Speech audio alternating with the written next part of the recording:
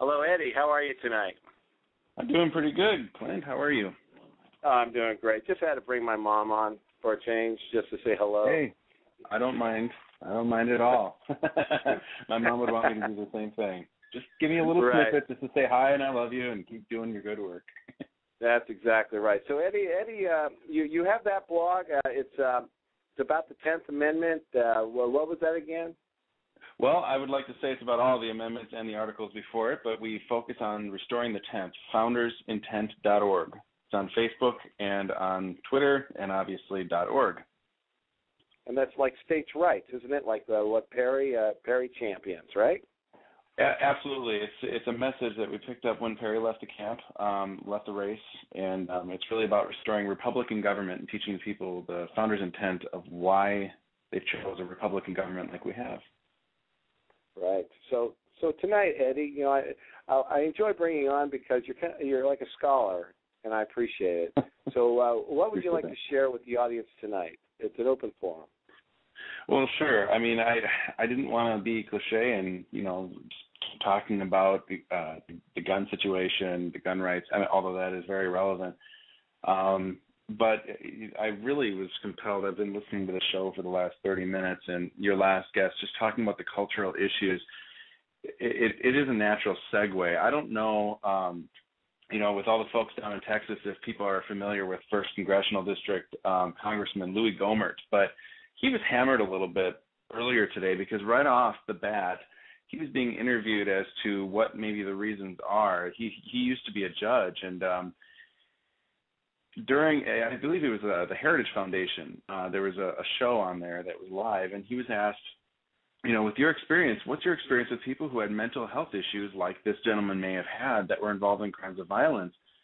Right. And he said something that was so poignant, and immediately leftist blogs picked it up as Republican Tea Party congressman, even though he was in Congress from 2005, before the Tea Party.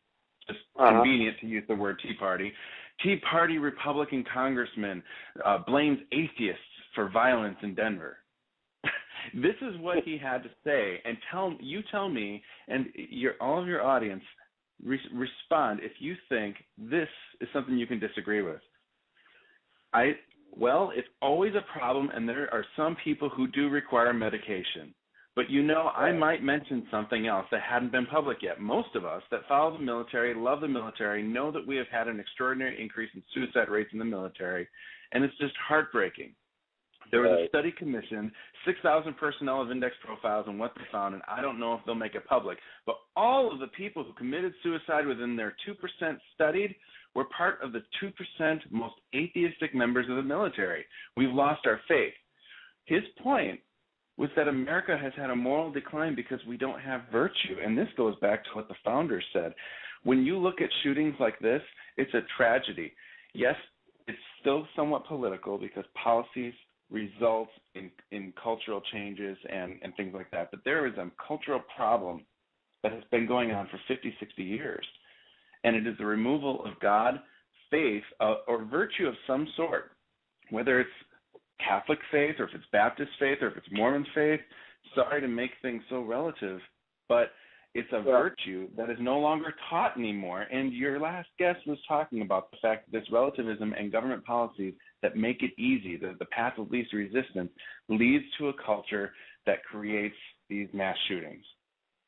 Well, Eddie, if I can just say, I agree with you totally on that. The thing, what happens is, I think everybody that lives on this great earth has a moment, a make or break moment in their lives. And it's how you deal with that moment. You can cascade, into despair, or you can rise up and embrace the future that's ahead. And for me, this one day back in 1984 when I was traveling through the West Texas desert, I reached that moment in my life where I wasn't so much agnostic, but I didn't have the spirit in me like I'd wanted to, and I had a lot of things that were unanswered in my life. A lot of I was going through a lot of different issues, and then I was just driving through the desert, and all of a sudden it just hit me. and it was like the light of God, or the Spirit of God, just came right into my being. And it's like He lifted me up. And he took me everywhere I've gone since, to college, getting my degree, to business and what I've done, and to taking care of people, less fortunate than me.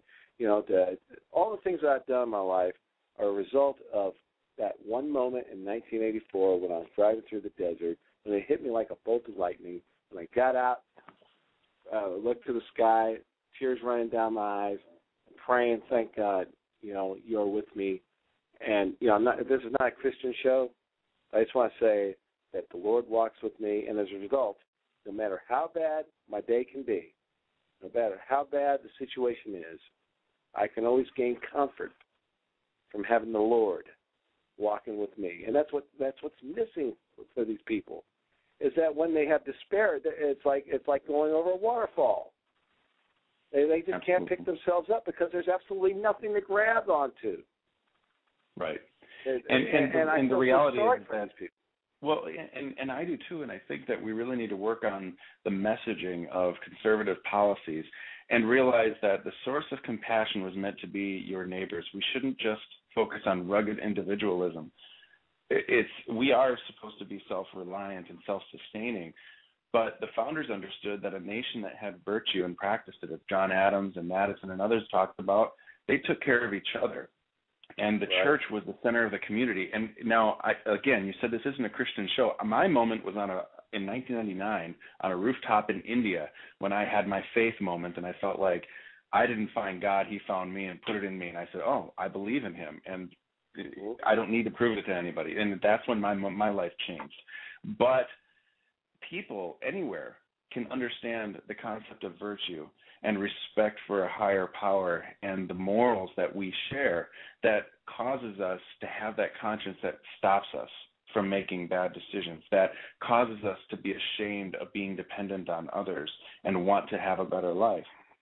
The ones that respect family and staying to our commitments in marriage. I mean, unfortunately, I've had a divorce as well, and many of us have been touched by this.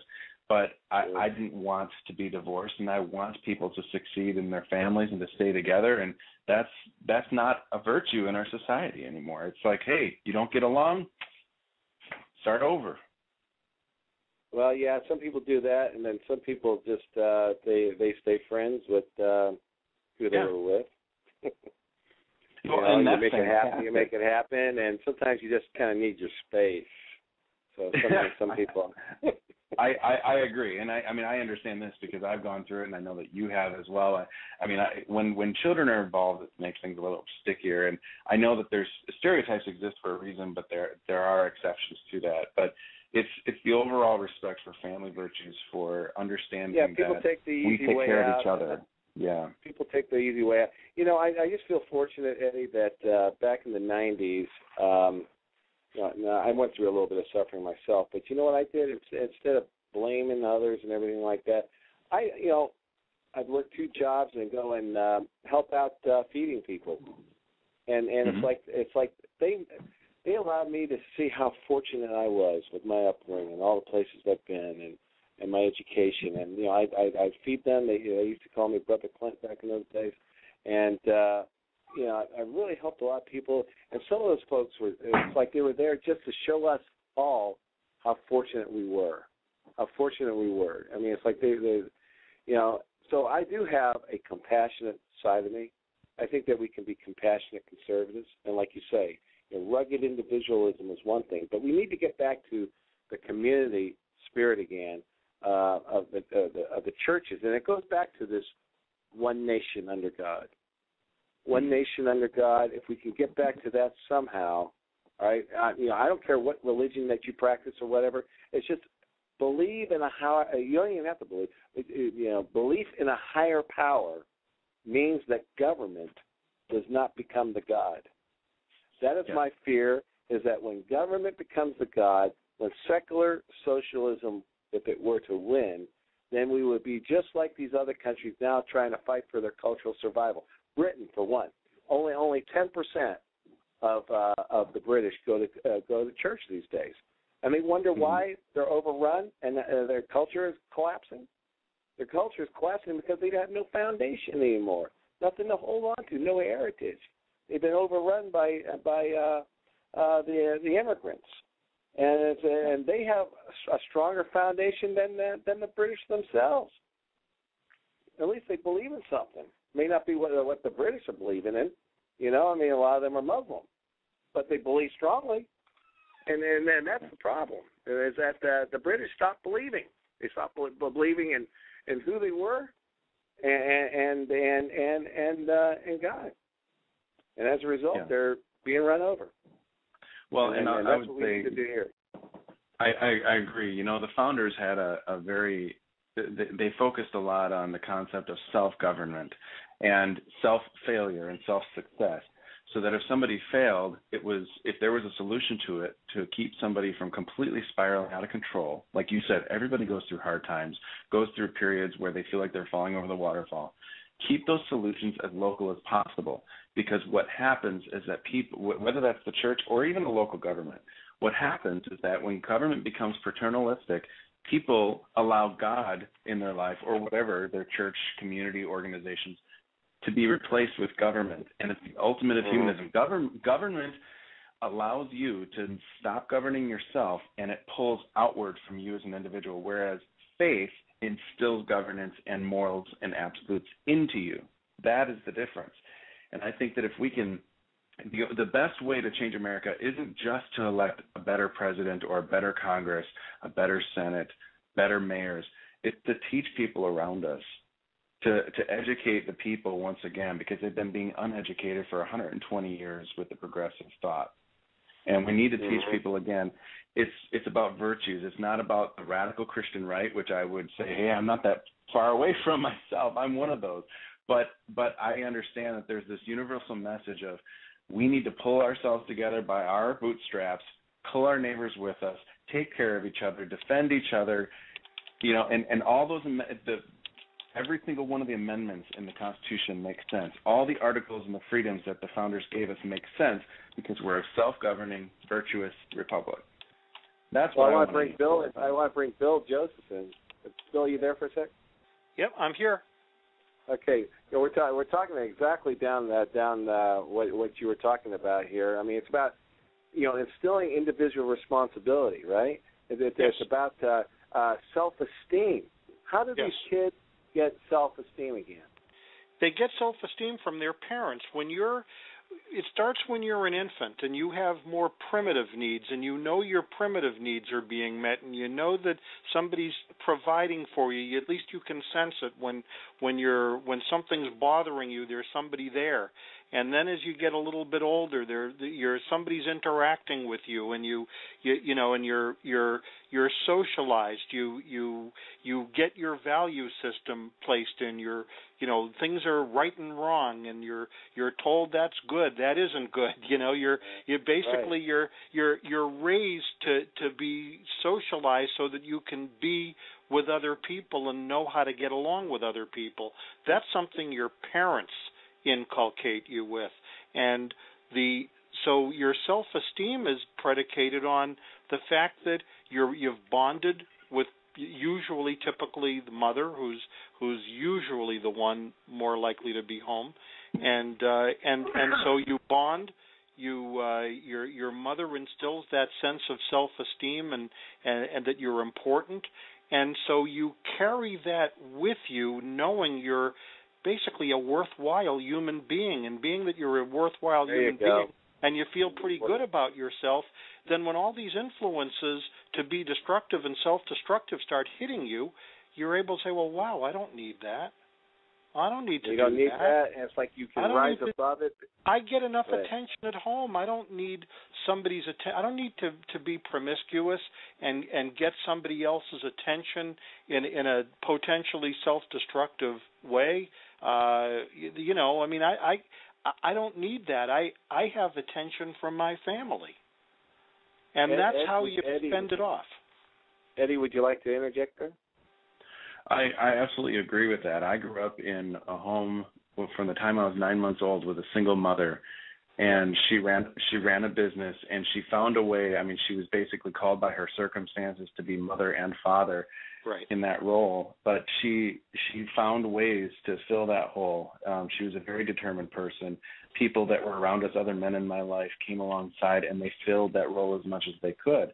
And I think that a paternalistic society has caused us to just compartmentalize. Hey, there's people, there's programs that take care of that. There's other places they can go.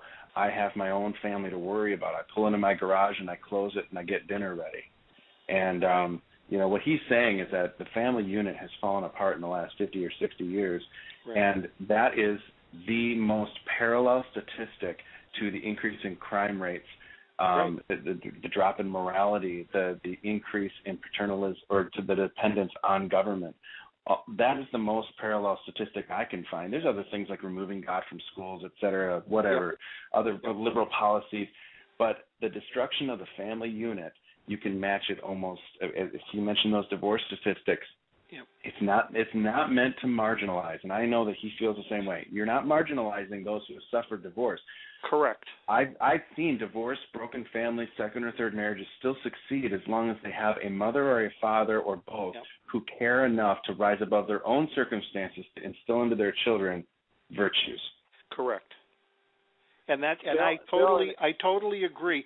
It's not a criticism of people who get divorced because, as this person said, it's not like they were seeking a divorce. A lot of times somebody does not want to get divorced. It's not a criticism.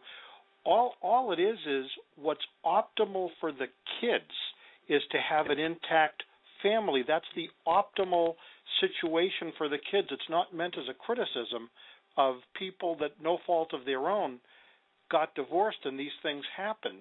Or maybe a parent dies. I'm just saying some things are beyond their control. That's right. It's beyond their control. It's just, what is the most optimal way? The most optimal way is an intact family. And I think even people coming from divorced homes would say, well, look, I was able to rise above my situation, and yes, people are able to do that. But I think most everyone would say, if I had my druthers, though, I think the best situation would be to have a mom and a dad. I'm sure everybody who's a product, who's in a divorced family would say, if I had my druthers, I would have rather have both of my parents there. That's right. So, Ed and Bill, hold on a sec, okay? I want to bring Michael Harrison, the author. All right, just hold on. We'll continue this discussion. Sure. Michael, are you there? Hello, Michael. Can you hear me? I can hear you, Michael. Hello? How are you tonight? I'm great. Can you How hear are me? you? I can. I'm doing great. So we've had this discussion, Michael, about parenting and about single family. Have you been listening to the discussion? What would you like to add? Well, first of all, let me just say that I've been impressed with the comments that have been made. I agree wholeheartedly with all that's been said.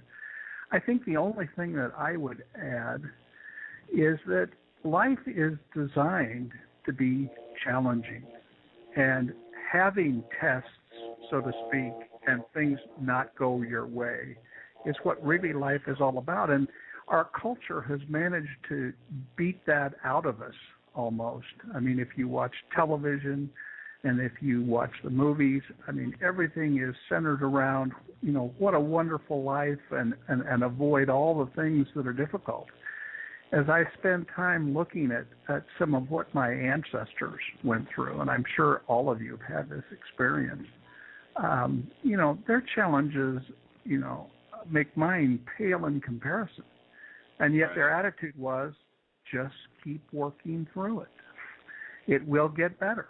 And as for example, my great-grandmother, who I did have the privilege of knowing for about 10 years before she passed away, at the end of her life, much of the difficulty that she had experienced throughout the previous 70 years had dissipated.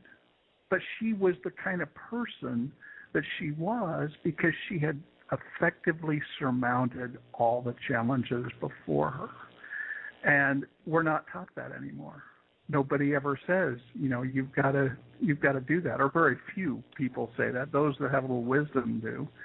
But from a cultural standpoint, that's not the message we get, and it's not the message children get. It's figure out a way to make everything be great.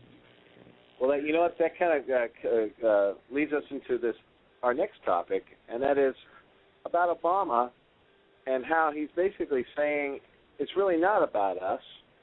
It's really not about what we build. You know, someone else is doing that. How's the phrase go? I mean, I've been kind of focused on this today, but somebody else made that happen. You know, it's not the individual anymore. It's about somebody else out there in space doing that for you. You know, my dad did all this hard work, but no, he didn't do that. Somebody else. Right, Michael? And you're exactly right, because when that happens, what it does is it rips from an individual the ability to make choices. Because obviously, if somebody else did it, it's sure it's not my fault. I can't help it. Somebody else did it, and that's the flip side to that coin. So you don't have to take responsibility for anything. And so when you're met with a challenge or a difficulty or something that you need to overcome that builds character and strengthens you, you can just take the Obama back seat and say, not my problem. That's right. So Ed and Bill are on the line still. So do you guys want to interject a little bit? Well, yeah, I just wanted to say I really appreciate being on with you guys. You guys are gentlemen are older than me and have more experience and wisdom, and I'm just soaking up everything that I can. But, I mean, I just as a final point, I think that what is happening, leading into your next topic, is if he can shift the message from being it's your responsibility, your personal responsibility to make sure that you set out your life the way that you want it to be and to find the devices that help you succeed on your own basis, not because the government gave them to you or directed you to them, it creates a personal sense of responsibility. And if he can shift it to it's the collective, it means that the collective is now your authority, not that individual voice inside of you. You know, if you become paternalistic with the government, personal responsibility is lost because success is never really earned and appreciated. And failure, on the converse side, is never truly feared or learned from. Like Michael was just saying, we learn from our failures. Government doesn't. We need to make sure that we keep that as close as possible. In fact, government compounds those failures, and they become institutionalized. Josh, they make us all miserable. Well, Clint, there was one thing I was going to say about that, because I totally agree. I mean, and the last person, I think it's Ed, the last spoke. Obama's a collectivist, and his message is similar to Hillary when she says it takes a village to raise a child. Elizabeth Warren said the same thing on her campaign as Obama up here in Massachusetts, that nobody really does anything because all these other people create the circumstances for you to succeed, whether it's academically, infrastructurally, employment-wise, being an employee. It's the similar philosophy as group academic projects where you have 4 to 5 members on a project and all receive the same grade, even though we both know only 1 or 2 really do 80 to 90% of the work. It's like what she said to Joe the plumber when she said that he wanted to spread the wealth around. This is quintessential liberalism. Individualism and self-reliance are discouraged by liberals unless you're going to pull a wagon, pulling several others in the wagon as well. And so, bottom line, these are people who really can't make it in the private sector. These are people that, could you imagine Obama in the private sector? What would he do? So he's never been in the private sector. So he couldn't function.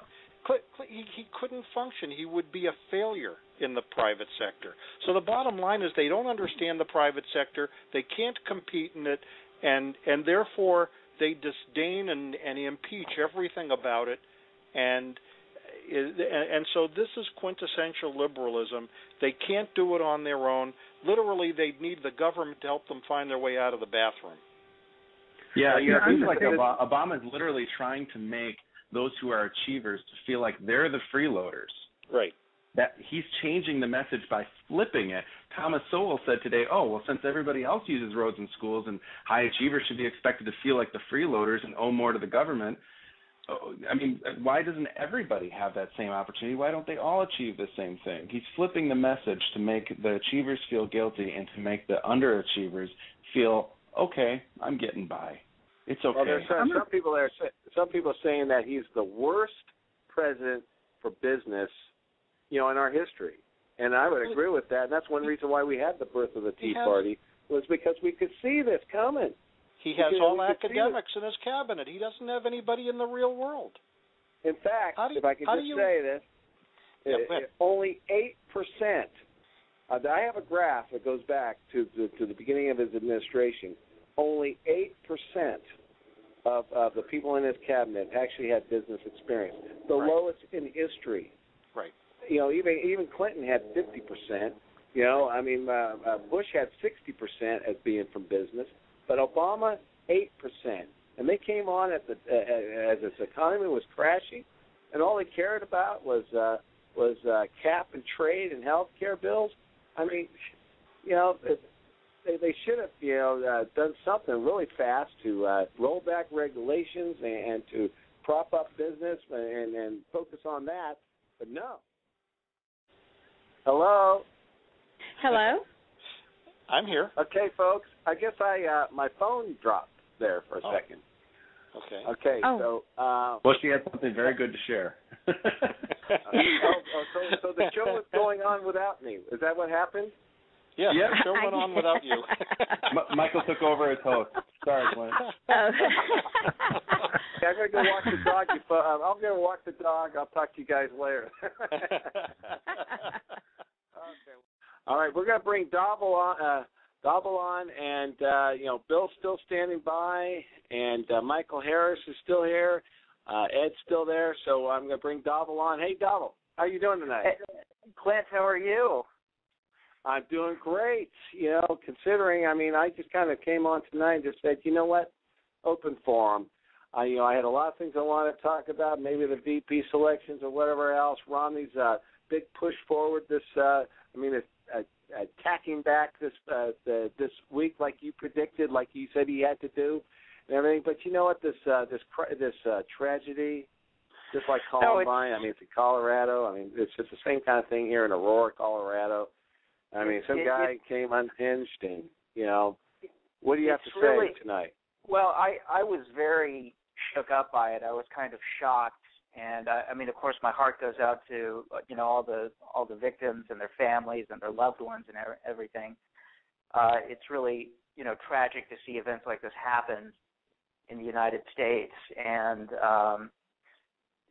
but as tragic as that was, when I saw Obama coming out and talking about it, and I've put posts up this week, if anybody haven't seen, that this is really an evil man.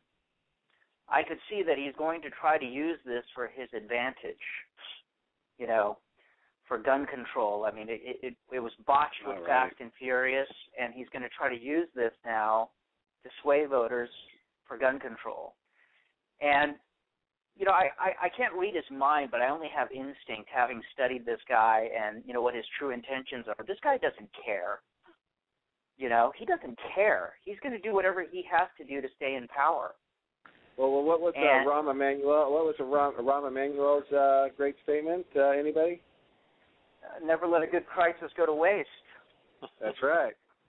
And this man is so sinister. I don't know how to say it. Other than I'm not one. Maybe I'm sounding like a conspiracy theorist or something. But I put up a lot of the Ulsterman reports, from the White House Insider.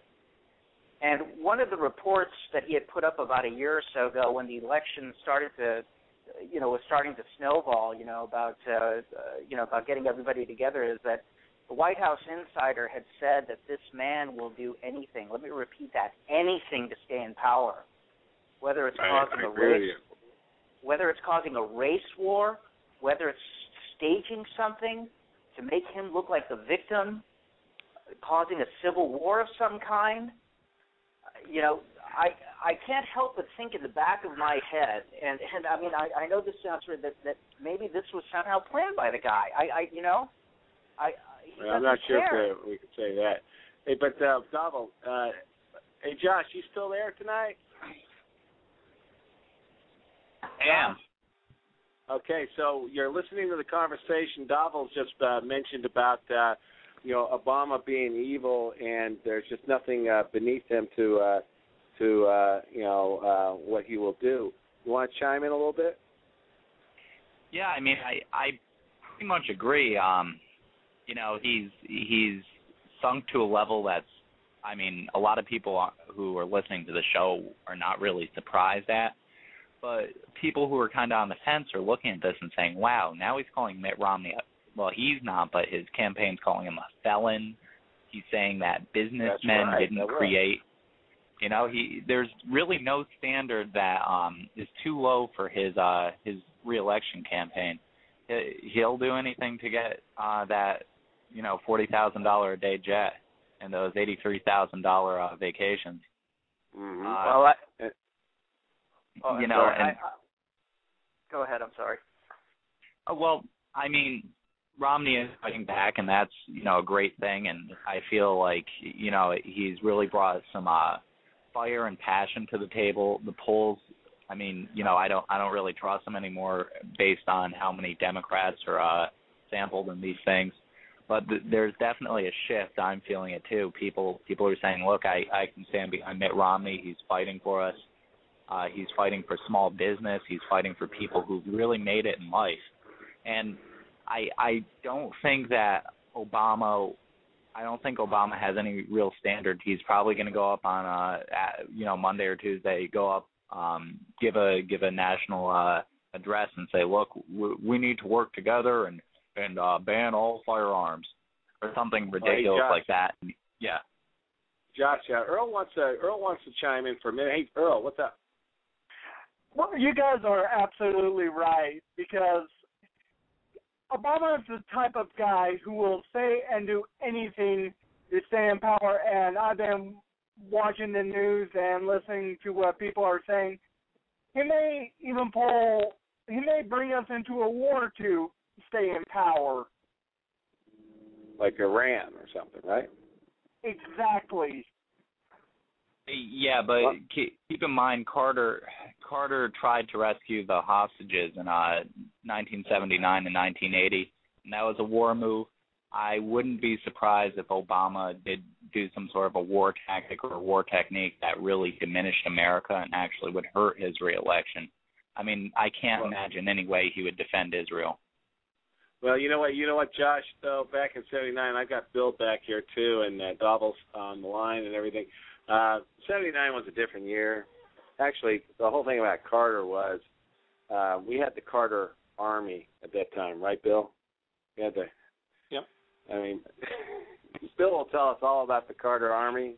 Go ahead, Bill. Tell us all about it. Well, Carter. At the end, Carter was having all these trouble with the. Are you talking about the hostages? I mean, there was a hostage issue. There's no war with Iran. We had a failed attempt. They took our hostages. The helicopter. And they had the two helicopters that collided outside Tehran, about 100 miles from Tehran, out in the desert, and that was his failed fait accompli. When it came to our national defense. Here, Reagan had been pounding on him the whole time about national pride, restoring pride to America, bringing back our national pride, feeling good about the country again. And the last foreign policy, the last military thing they see Carter do is have two helicopters collide in the desert trying to do a rescue operation. I mean, if that weren't the coup de grace, I don't know what was. Well, you know what had happened there, Bill, is that from the end of the Vietnam War through to the end of the Carter days, you remember the Democrats took power back after 74 and 76. Right. I mean, after Nixon's resignation. So there was a drawdown of the military. Okay, it was a hollowing out of the military. So we were left in a position of very few options.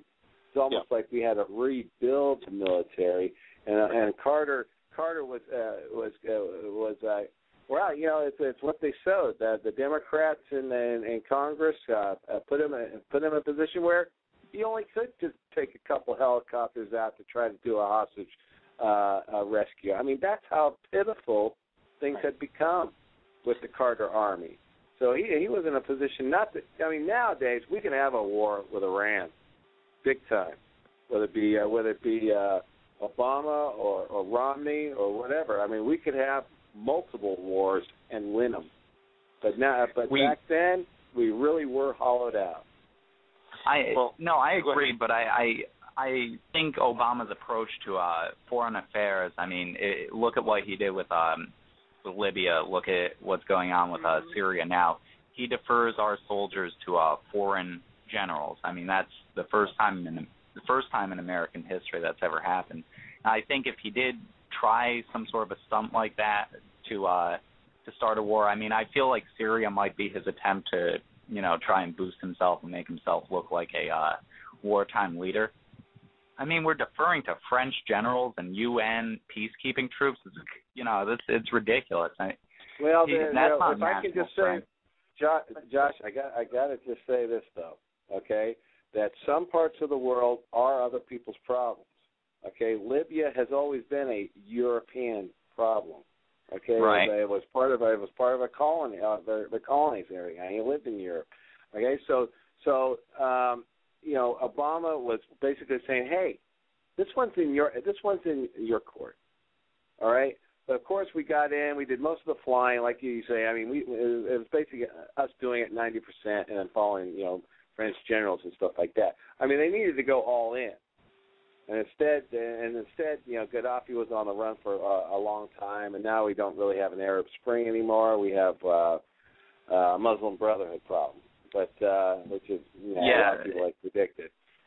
And what you brought up, Clint, on your Facebook, I think it was a few weeks ago, was shocking, and I'm still telling people this. They don't believe it, and then when they see it, they're shocked.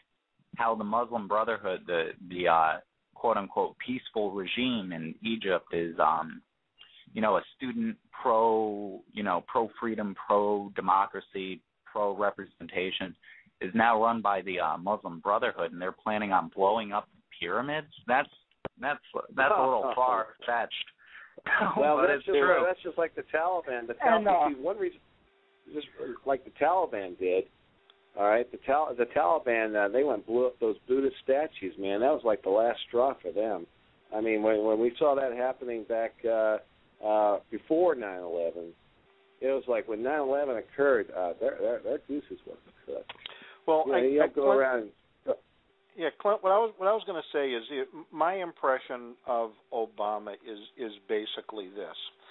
I think because he is basically an aggrieved individual with a chip on his shoulder, and what he does is he gives goodies away to all of the so-called aggrieved groups.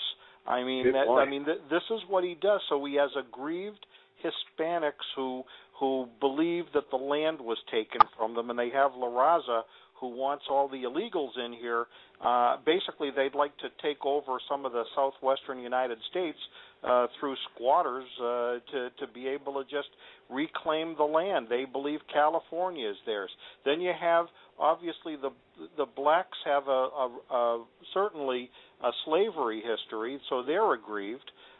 You have women who have 6,000 years of being, well, according to feminist liberal women, being trod upon by men for 6,000 years, so they're aggrieved.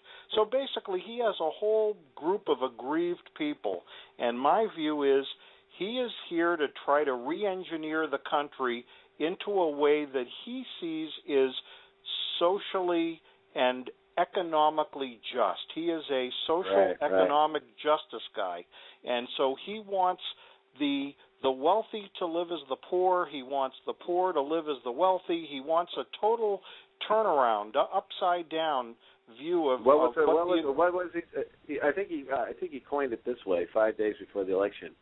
He wanted to fundamentally change the country. And so And so what I believe is he is here to try to destroy the United States. And I think Dhavel has a good point. He is here to destroy the United States, to do as much damage as he can. He did as much damage domestically as he could until they took the House away from him in 2010, 2011. So instead of being able to destroy the inside of his house, now he's in foreign policy destroying his yard.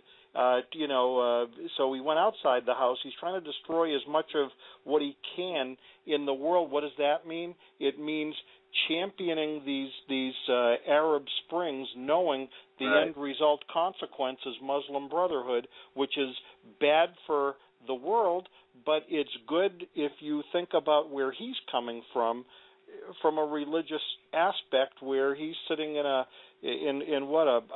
black separationist church, that's supposedly Christian, where the guy guy's friendly with Hurricane. I'm sorry. Go ahead, Dhavel. Yeah, if I could just interject. Yeah, thanks, Clint. If I could just interject here, the one thing I want to make a point of too is that he is not proud of this country. Right. He has demonized this country. Forget even when he was running, but going back to his childhood, through his collegiate days and everything, he has demonized this country, and he's received very much fruits of what this country has to offer, which I find very ironic. I mean, he's been brainwashed by Marxists and Leninists and everything like that. And it's not just social justice. I mean, I really believe he wants to see a communist uprising here in the United States, and this is exactly what he's trying to do. I mean, the communists, the first thing that they ever want to do is, this is basically a 5-part plan that the communists have. And if you think about it, I mean, they've taken over the media, they've taken over academia, they've taken over, as of right now, unless we stop them here, our healthcare system. And they're also looking at, destroying our military and also infiltrating our military. It's basically like a 5-point plan here. I mean, if they do that, they're gonna weaken us, in front of the whole world. And so what was the smoking gun, Dhavel, that made us all realize, besides the Reverend Wright and all that? Well, it was the 57 states. The 57 states said it all. Because if you can't get 50 states, and you say 57 states, that says it for me. Well, yeah. I think he really came out of his closet last Friday when he started to demonize business owners. That really was the icing on the cake for me, when he basically insulted private enterprise, coming out saying, you didn't do it. The government did it. Now, look, don't forget the plumber comment.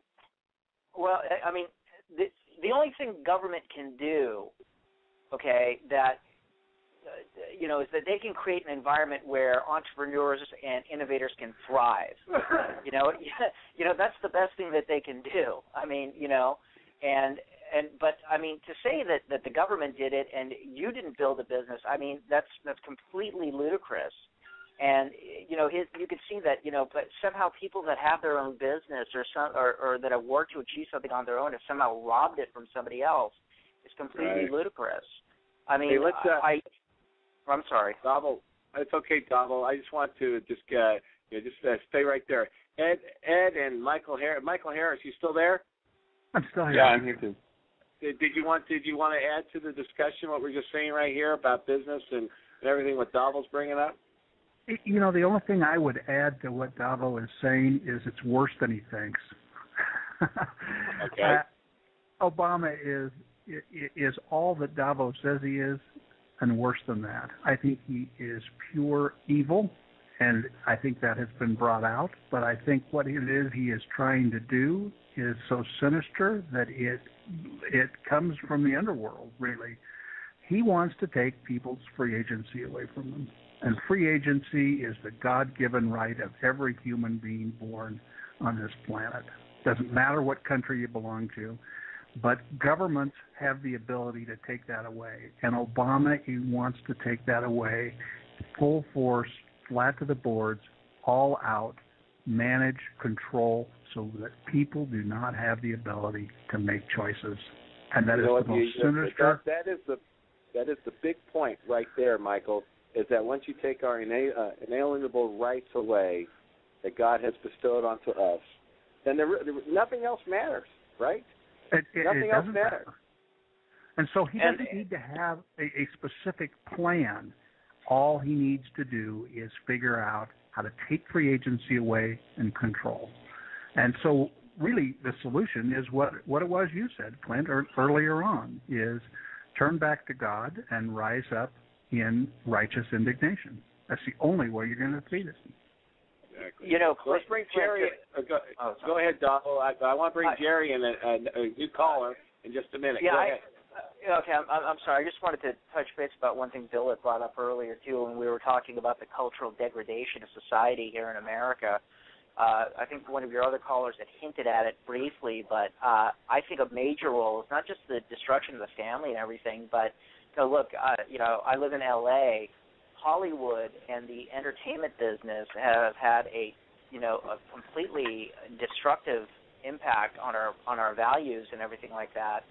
When you look at certain shows and I think even MTV for example too, I mean the way that they've corrupted the youth and everything like that, with some of the things that they try to promote, I mean it's amazing to me that it's not just the lack of faith and the lack of parenting, but it's also the influence of Hollywood and television and all these entertainment mediums that are always continuing. That's what I've been saying all day on my page. It's like almost like the roosters have come home to roost. I love Batman. Okay, I've seen the Batman flick. Okay, it's not bad. It goes way beyond that. And it's just entrenched. It's that. Anybody else want to join in on that, Bill? Well, I think that it all comes down to a ploy. The Fast and Furious, I think, came down to a ploy to try to take people's guns away. I mean, he's using things as an excuse to take away our freedoms. I mean, you think about it, and gets back to what you mentioned before, Clint. If the government, if they're effectively successful at being able to destroy the traditional family and be able to eradicate religion, to neuter it, then what else is left there except for people to be slavish to the state? So he's making people defenseless.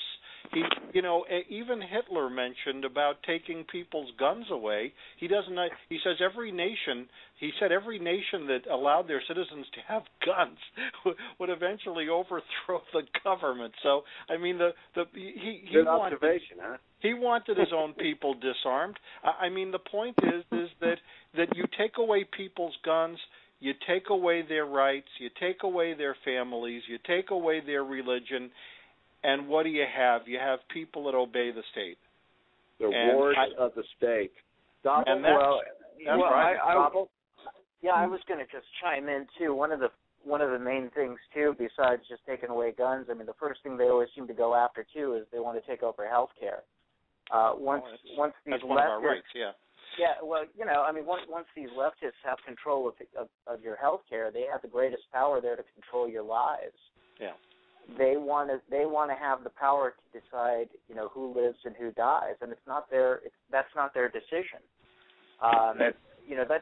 You'll notice the minute Obama came into office, the first thing he did was basically try to, national. Well, I guess it's whatever he succeeded now, but hopefully it'll get repealed. I mean, the first thing he went after, really, as his first aggressive piece of legislation was basically for the government to take over health care, and so taking away the guns and everything like that's just all the icing on the cake. But the first thing that you'll notice is they'll go after health care, because that's the biggest way to get people dependent on government.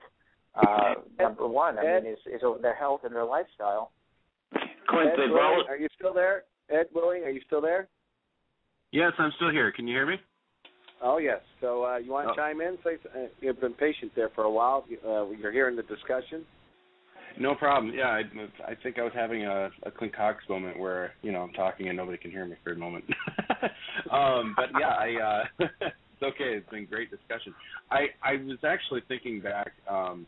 I was trying to mention that, CBS News, remember that this is important. They mentioned that they discovered a memo that indicated that regarding Fast and Furious, there were higher ups that were saying, we can use this about some measures that we're trying to pull along border states on restricting gun sales in certain places.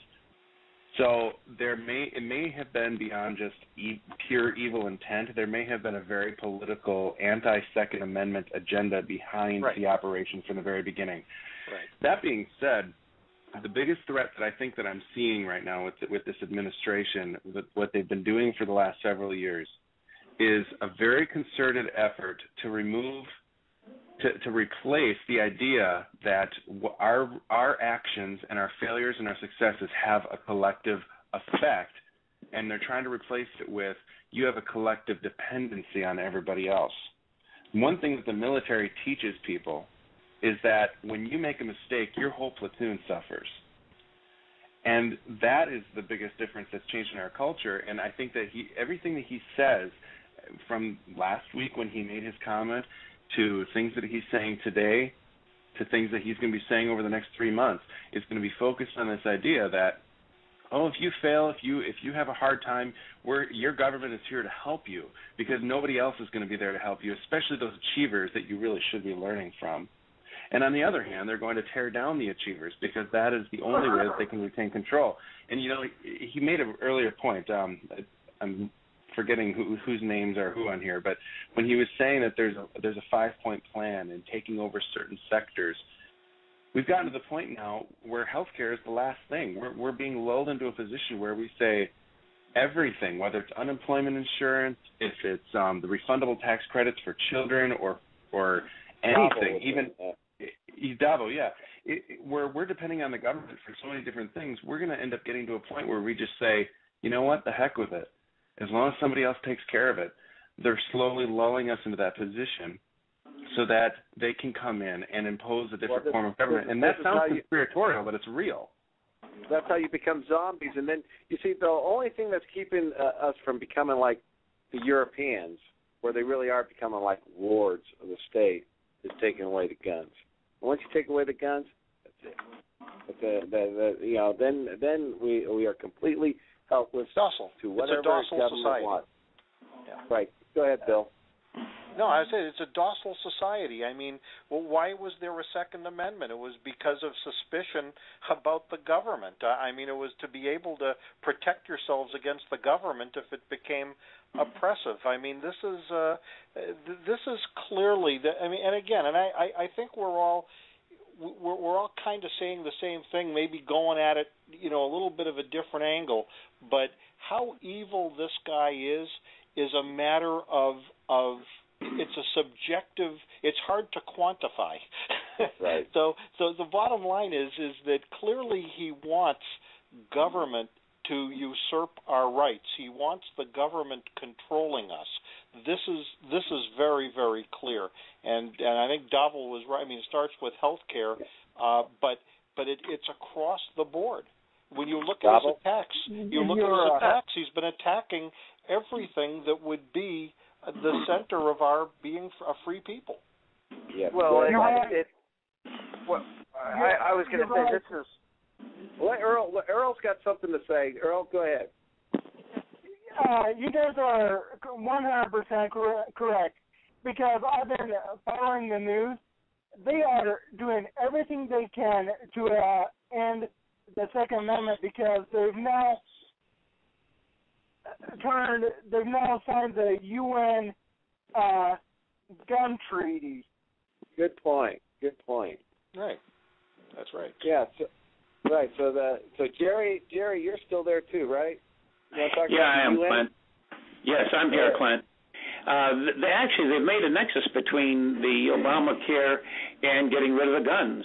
Their nexus is that they're talking about the number of people who get injured by the guns and rationalizing that to be able to play our right to keep and bear arms.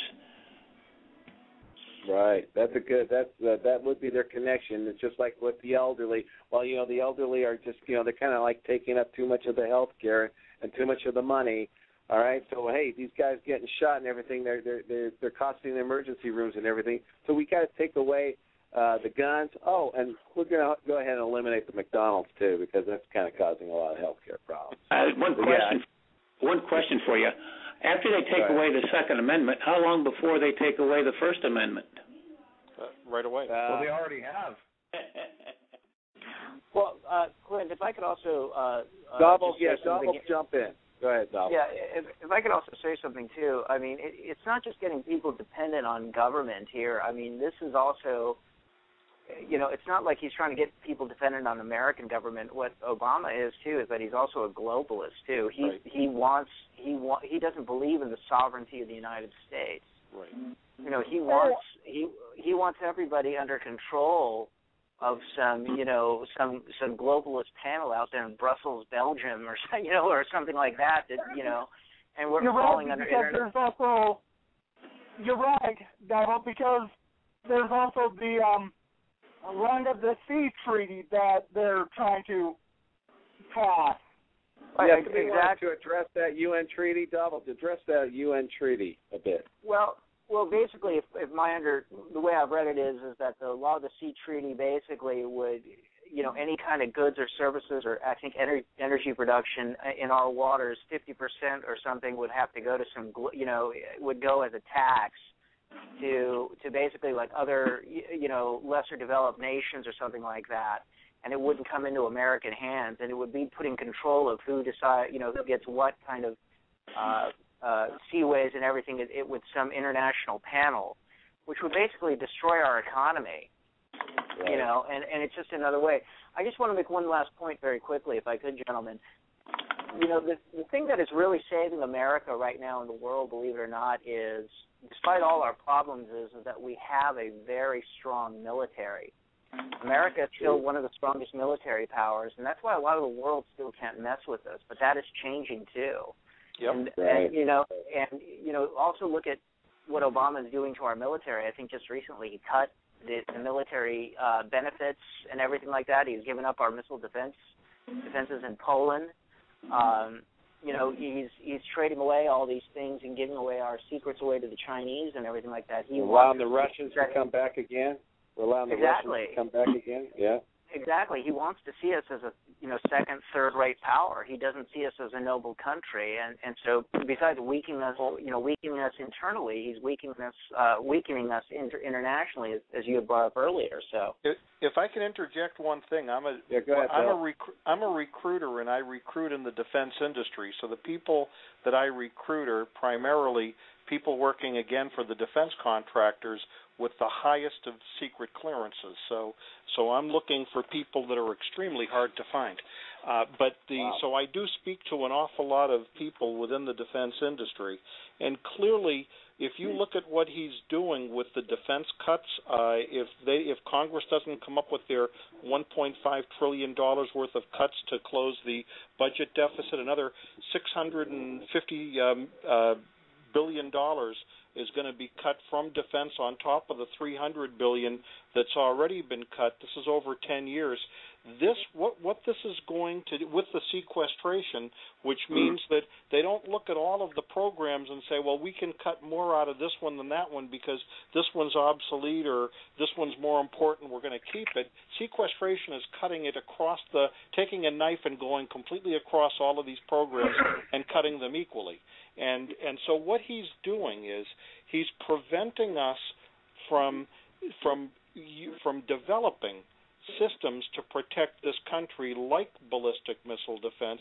I mean, the people I work with, the engineers, what they do is they set up the systems so that if somebody shoots something at us, or something's coming at us, we can determine that something's coming at us, and based on trajectory, algorithms, modeling, and simulation, we can determine whether it's a plane or a missile, so the government can determine whether or not to shoot it down or let it pass. And these are the futuristic systems that are going to protect our country that the president does not support. And we could have up to 1 million to 2 million people laid off in the defense world. You realize what happens when you start laying these people off. There aren't the young people coming up that can take these jobs. We have a shortage of people coming up through the college ranks, and just like with the televisions, once you stop producing, the know-how leaves. You don't have the know-how to be able to do this stuff. And then you end up with a hollowed out army like defense, hollowed out army. If you have the army out there, they have technology, radars that are circular, so that if anything's coming at the troops, they're able to warn the troops that something is coming at them. I mean, all of these futuristic sort of defense and weaponry systems, Obama does not support. So he wants to clearly weaken us defensively. And where the defense industry is in hiring paralysis right now. They don't know if they're going to get a contract. They don't know when the money's coming in. They don't know if the government's committed to the contract. They don't know anything. So this is the problem, and it's created a paralysis in the defense industry. Josh, do you want to chime in? Yeah, I mean, I feel like a lot of the commentary tonight was pretty important. I've been doing a lot of research, and I just wanted to fill everyone in because there has been, we have been a little gloomy, just in general, just because of what's happened today. Yeah, about today. But there is a light at the end of the tunnel, so to speak. Talk about that. Well, it looks like, from a lot of articles I've been reading in a lot of political science journals, Obama really only has until the Olympics to define Romney. And if he can't define Romney negatively until the Olympics, it's over. Because the Olympic commentators are going to constantly bring up the fact that Mitt Romney saved the Salt Lake City Winter Olympics and say, oh, yeah, he's also running for president of the United States. And that's going to be going on it's going to go on the entire Olympic Games. Then afterwards, the people who are on the fence or people who haven't been paying attention yet are going to be like, okay, let's see. They're going to see the convention, which is going to be a huge with all the, we're going to see, Romney has all this money sitting there. And when people are watching the convention, starting to get ready for the debates, Romney, I read that he's no longer calling Obama a nice guy. A lot of people are happy to hear that. From personal experience, he now knows that Obama is not a nice guy and he's not going to play fair. So, right. we have a whole book of information on Obama's background that the media really hasn't brought up yet, and we're going to have to force Obama to discuss maybe his drug history, maybe his dirty dealings with Tony Rezko, maybe some of his investment dealings with theirs. Let's let Dhavel say something. Dhavel's been kind of playing this for the last several weeks on the show.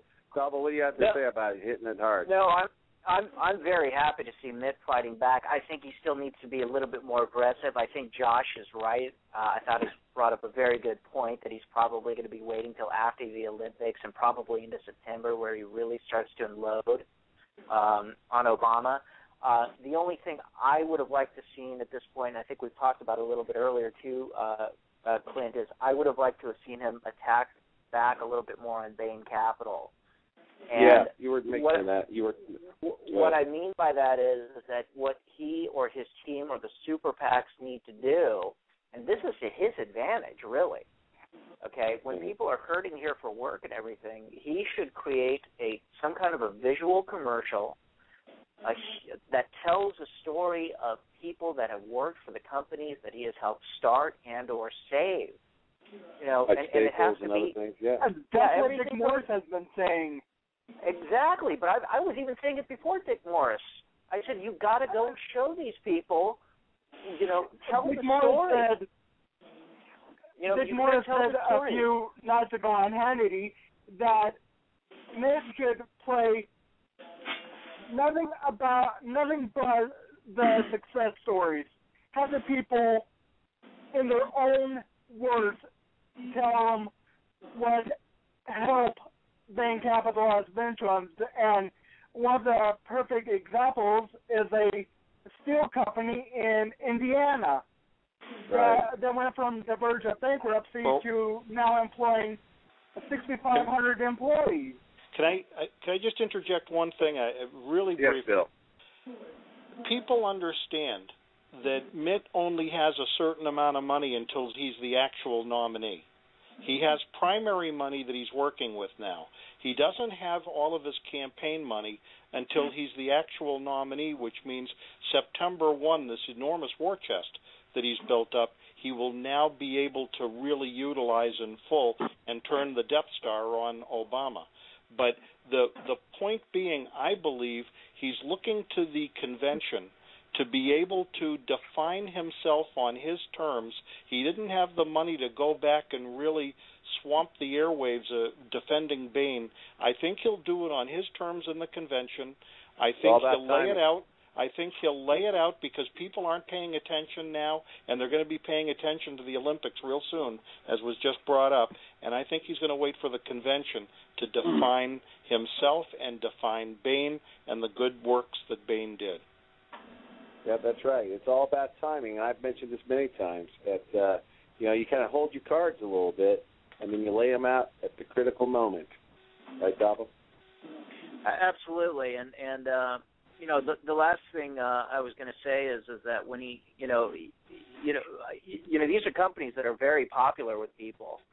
And I think, if he at least lightly started to show this or something, or lightly fight back. I mean, every time somebody walks in, I don't think when they walk into a Sports Authority or Staples, they don't think that, hey, Mitt Romney helped create this. But I think if he starts to flood the airwaves a little bit about some of these companies, I mean, every time people walk in, especially in these battleground states, they'll realize, hey. I'm sorry? Oh, don't forget Domino's. Oh, yeah. I mean, or anytime, Domino's. Yeah, I mean, if I could just interject and just say this. If people know that everyday companies in their lives, such as Domino's that Earl just brought up, Staples and other things, if they can walk into those places and go, Mitt Romney helped create this or helped save these businesses, helped propel them to the prominence that they are today. I mean, people might say, wow, yeah, Mitt Romney he's rich, yes, and he's got all this.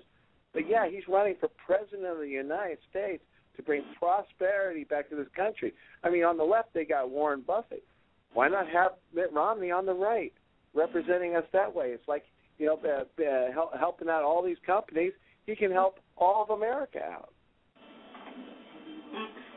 Well, there's a difference between Warren Buffett versus Mitt Romney. Mitt Romney is an entrepreneur. Warren Buffett's an investor. There's a big difference between the two.